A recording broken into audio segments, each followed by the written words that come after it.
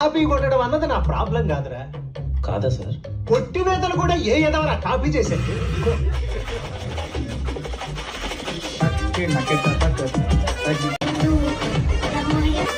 అంటే ఇది new formulas అనుకున్నాను సార్.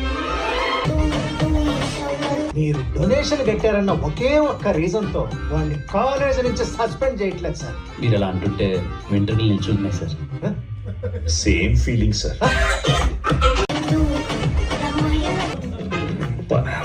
పనావిడైనా ఆవిడే కదా బావా. లూడో ఆడదాం రారా. నా లవ్ ఆడరా.